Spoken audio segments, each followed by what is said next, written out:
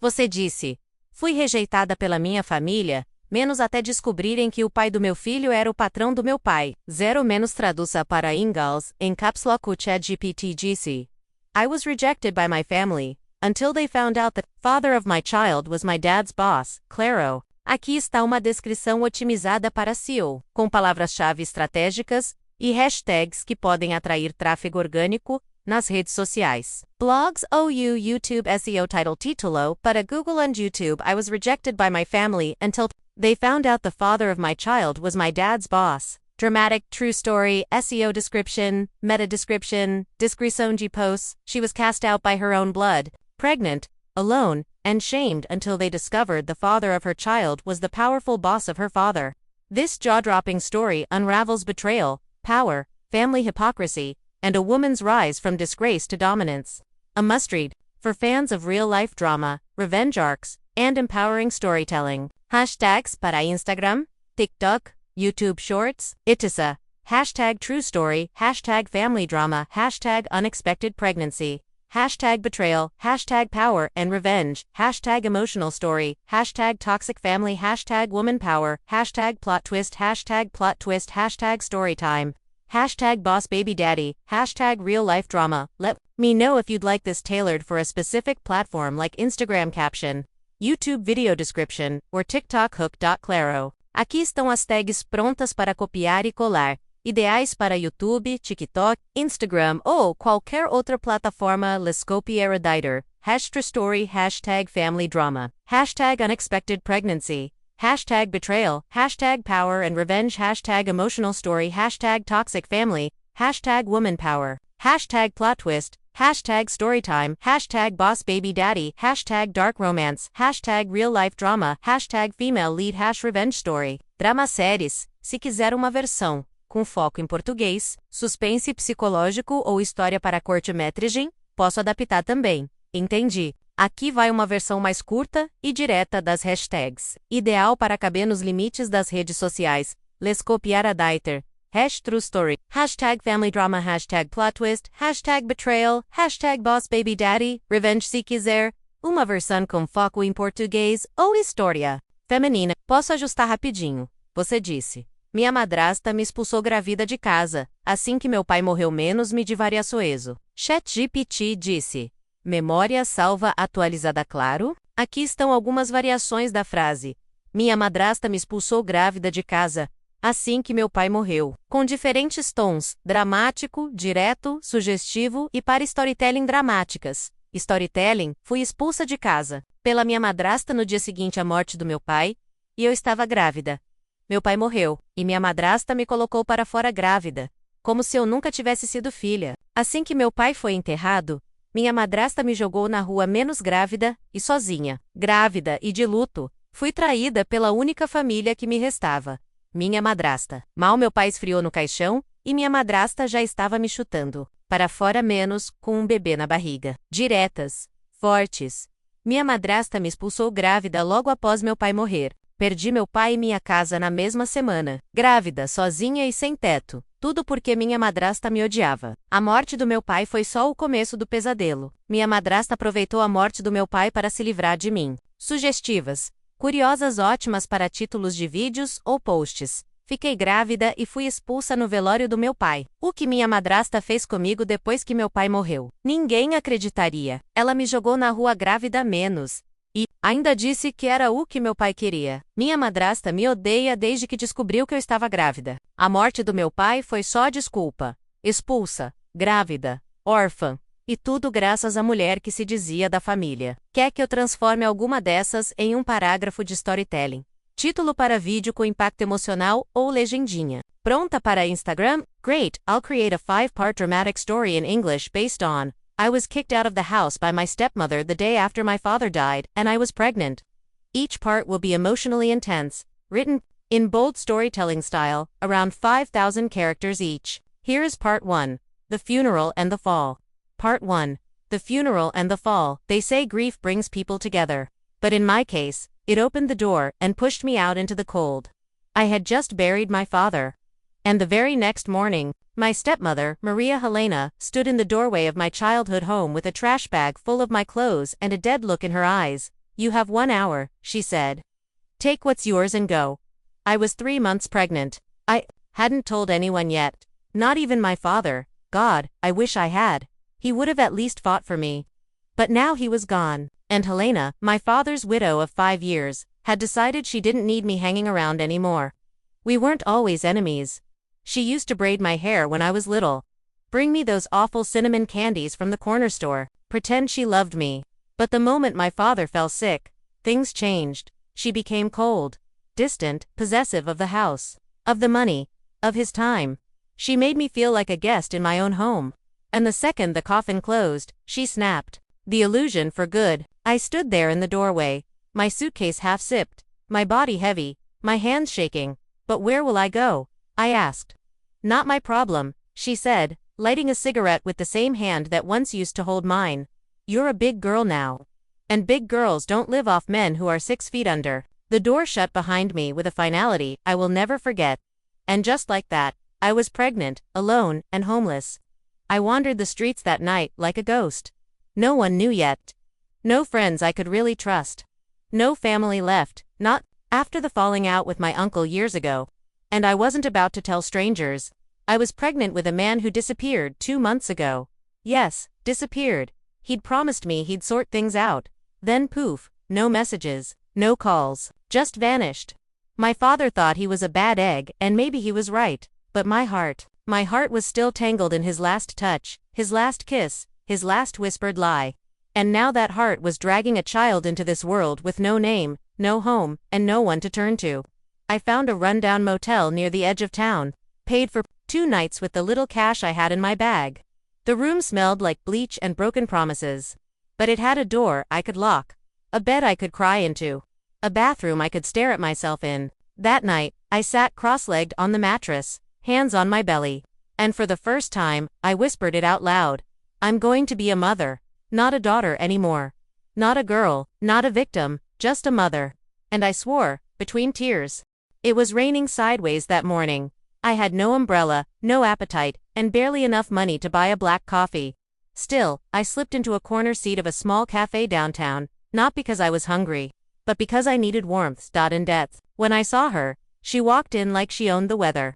Long beige coat, wet curls slicked to one side, sunglasses on despite the gray sky. She scanned the room once and sat at the table next to mine. I don't know why. I looked at her twice. Maybe it was the way people moved out of her way without being told. Or maybe it was the way she looked straight at me. Belly, cheap hoodie, swollen eyes, and didn't look away. She didn't judge me. She saw me, and then she said, in a voice that was far too elegant for that grimy calf, Mulhall, he did this to you, didn't he? I blinked sorry. The man, the one you're carrying. For he left, didn't he? I opened my mouth, but no words came. She sipped her tea like it was champagne, and nodded. As if she'd heard my silence 100 times before. Men like that always leave, but they always leave something behind, she said. Sometimes it's a child. Sometimes it's a lesson. Sometimes it's both. I didn't know what to say. I didn't even know her name. But I wanted to, because something about her felt dangerous. Not reckless, powerful, like she'd survived 1,000 storms and come out dry on the other side. She pulled out a gold card from her clutch and slid it toward me. Come see me, she said. Tomorrow, noon. On the card, Valentina Duarte. Executive Director, Montenegro. Group. My heart stopped. Montenegro, that was his last name. The man who vanished. The man who got me pregnant. The man I had loved in secret. And suddenly, the air left the room. I stumbled back to the motel in a daze. Montenegro Group wasn't just a company, it was an empire.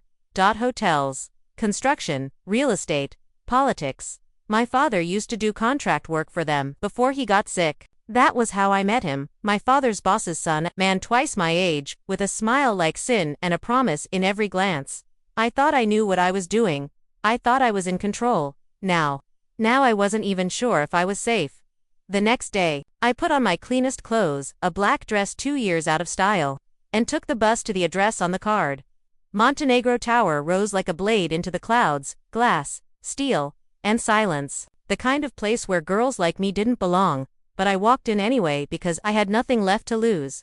The receptionist barely looked up. Top floor, she said. She's expecting you. I stepped into the elevator. Floor. After floor. My ears popped with altitude and fear. And when the doors opened, Valentina was already standing there, waiting. Her office was sunlight and sharp corners. She gestured for me to sit, poured 2 cups of something green I didn't recognize, and said nothing for a full minute. Then, "He never told you, did he?" I froze. "Told me what?" She leaned in, eyes like ice. "That the man who got you pregnant isn't just my employee." My breath caught. She smiled. "He's my brother." I didn't know what stunned me more. That she knew, that she wasn't angry. Or that the man who left me pregnant, scared, and completely alone, was her brother. Valentina didn't blink, she simply took another sip of her green tea. As if she hadn't just detonated a truth bomb in the middle of her minimalist, $1,000,000 office. "I knew the moment I saw your face," she said. "He has a type, and I always recognize the damage he leaves behind." I could barely speak. "You knew I was pregnant with his child." "I suspected," she said. "Now I'm certain." I sat there stunned, trying to remember how I even got here. My father had trusted the Montenegro family, worked under them for years. And their golden boy, Leonardo Montenegro, had pursued me quietly, privately, like a secret he wanted to keep all to himself. And I'd let him. Late-night phone calls. Long rides in black cars with tinted windows. Weekends in rented apartments, far from where anyone might see us. I thought I was special. Turned out I was just a shadow he never intended to step into the light with. And now I was carrying that shadow inside me. "I want to offer you something," Valentina said, standing. "A place, safety, options." I blinked. "Why? Why would you help me?" She walked toward the glass wall of her office, looking out over the city like a queen surveying her domain. "Because my brother Ruins lives," she said simply, "and I'm tired of cleaning up after him." She turned to me, eyes sharp. "But you're not like the others. You didn't take hush money. You didn't run. You didn't disappear." She paused. "You came to me. I didn't know who you were," I admitted. I just needed help." "Exactly." Her lips curved. "That's why I'm going to help you." That night, I moved into a guest house on the Montenegro estate. It was bigger than any home I'd lived in. Quiet, private, safe, too safe. Because with every passing day, I wondered when he would find out, or worse, if he already knew. 1 week later, I got my answer. I was sitting in the sunroom, eating peaches from a crystal bowl, when the door opened and I heard his voice, smooth, calm, chilling. I didn't believe her at first. He said, "But now I see it with my own eyes." Leonardo, wearing the same suit I'd last seen on the night he kissed me and said he'd call. Standing in the doorway like a ghost I had once kissed. "I didn't expect you to come here," he said, stepping closer. "I didn't come to see you," I replied, standing. "You came to my sister, which is worse." He looked at my belly. His jaw clenched. "So, it's true." I swallowed. "Yes, it's yours." Silence, then a chuckle. "Not the warm kind. The dangerous kind." He stepped so close I could feel the heat from his chest. "Do you know what this means?" he asked. I raised my chin. "It means you're going to be a father." "No," he said, eyes dark. "It means you're now a problem." And in that moment, I understood. Leonardo didn't see a woman, or a child. He saw a threat to his reputation, to his money, to his clean, quiet, double life. He reached into his coat pocket, and for a second, I actually thought he'd pull out something deadly. Instead, it was a folded check, 7 digits, a price for silence. But before I could react, Valentina appeared in the doorway. "Put that away," she said, cold as stone. "She doesn't need your money." She added, "She has me now." Leonardo's eyes narrowed. "You're siding with her?" "I'm protecting what you don't deserve," she said, stepping beside me. And I swear, in that moment, I saw something new in Valentina: vengeance, fury, sisterly, war. And it wasn't for me, not entirely. It was for every girl he had ruined, every life he had bought, every woman he had erased. That night, Valentina said something I will never forget. She looked me in the eye and said, "Take his name, take his child, and take your place in this family, whether he likes it or not." I didn't know what scared me more, the plan, or how much I wanted it. I never imagined war would come in silk gloves and designer heels. But in the Montenegro family, every smile had an agenda, and every contract hid a knife. Valentina's plan was simple in words, impossible in spirit. "You're going to make him acknowledge the child." She didn't want money, she wanted legitimacy. For the Montenegro name to be tied to mine in blood and legal ink. For the empire her brother worshipped to bear the undeniable mark of the one thing he couldn't control. Me. But Leonardo, he wasn't going down without a fight. The day the papers were drafted, his lawyers descended like vultures. They offered hush money again. A house in another country. A contract thicker than a Bible that basically said, take this and vanish. But Valentina burned it in her fireplace, literally. Then she turned to me and said, you're going to force him to sign the one thing he can't afford to fight, the birthright. I stared at the document she had prepared. It was a paternity declaration, co-signed with shares. Not only would Leonardo's signature recognize the child as his, it would also tie a small percentage of Montenegro Group's future stock to our baby's name. A permanent, public mark. A scar he couldn't erase. The next week was a blur of legal battles, closed-door meetings, media rumors, and silent stares across glass tables. Leonardo was furious. Not because of the money. Not because of the baby. Because he was losing control. He tried intimidation first. Do you really think this child will be safer with my name on paper? Then guilt? I was protecting you by staying away. You don't know what my world is like. Then manipulation. You're just being used by Valentina. She doesn't care about you, only my downfall. But none of it worked. Because I was no longer the girl crying in a motel bed. I was a woman with nothing to lose and a future to defend. And then came the night of the family dinner. A Montenegro tradition, hosted every quarter. Only this time, I was there, with a new dress, Valentina on one side, and my growing belly like a flag in the middle of the battlefield. Every eye in the room was on me. Whispers, judgments, thinly veiled hatred, but I didn't flinch. I owned my seat, and when Leonardo walked in, late and seething, Valentina handed him the pen and the paper. Right there, in front of the entire board. He hesitated, until she leaned in and whispered something that made the blood drain from his face. Later, I'd find out what she said. If you don't sign, I'll release the tapes. All of them. He signed. With trembling hands and gritted teeth, he put the ink to paper. Just like that, our baby had a name, a future, a fortune, and I had won the war without lifting a weapon. That night, Valentina poured us champagne and said, welcome to the family, Corita. Now you wear the crown. I didn't know what was more intoxicating, the drink, or the power. But as I watched the city lights from her penthouse balcony, one thing was crystal clear. I wasn't just surviving anymore. I was ascending, and soon, I'd make sure the world knew exactly who I was. Asterisk, they say power changes people. But the truth, it reveals them. And I had never seen myself so clearly, or stood so tall, as the day I walked into Montenegro Group headquarters, not as a secret, but as a name they could no longer ignore. It had been 4 months since the night Leonardo signed the paternity papers. 4 months since Valentina made me untouchable. The Montenegro name, once a weapon used against me, now stood behind me like a fortress. And with it came headlines, contracts, a subtle but sharp shift in the air. I became the girl who won, the heir-bearer, the Cinderella with teeth. The outsider turned dynasty. People talked, smiled to my face, whispered behind my back, but they knew. I was no longer a passing scandal. I was permanent. Valentina didn't waste time.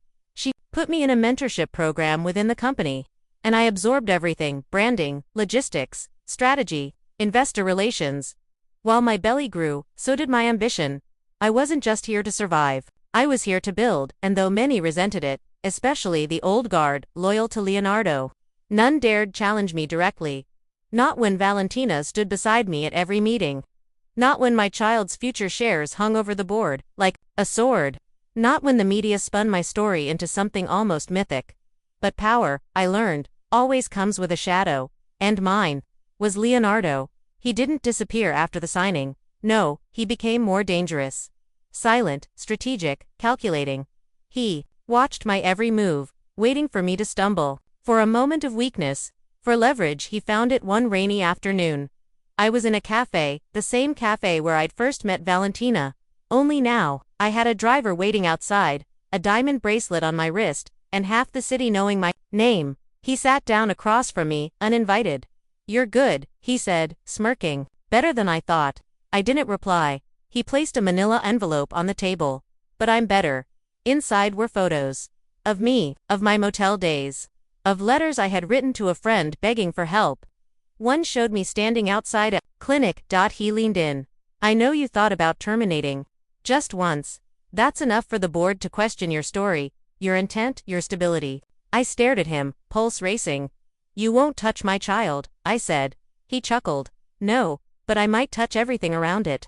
I went to Valentina that night, and for the first time, she looked afraid. Not of Leonardo, of what she might have to do to him. She poured a drink, sat down, and said, "It's time." 3 days later, the Montenegro board met behind closed doors. Leonardo walked in confident. He walked out, stripped of his executive privileges. Valentina had gathered every loose end he ever left behind. Affairs, misused funds, the hush money trail, even the old assistants. He tried to pay off. She didn't just protect me. She destroyed him. He wouldn't go to jail, not yet, but he'd never sit at the head of the table again. And his silence was purchased with the only thing he valued more than power, anonymity. He left the country that night banished, just like he had done to me months ago. Only this time, I was the one watching him disappear. And then came the birth. It was a girl, 10 perfect fingers, eyes like her grandfather, a cry that sounded like a war drum.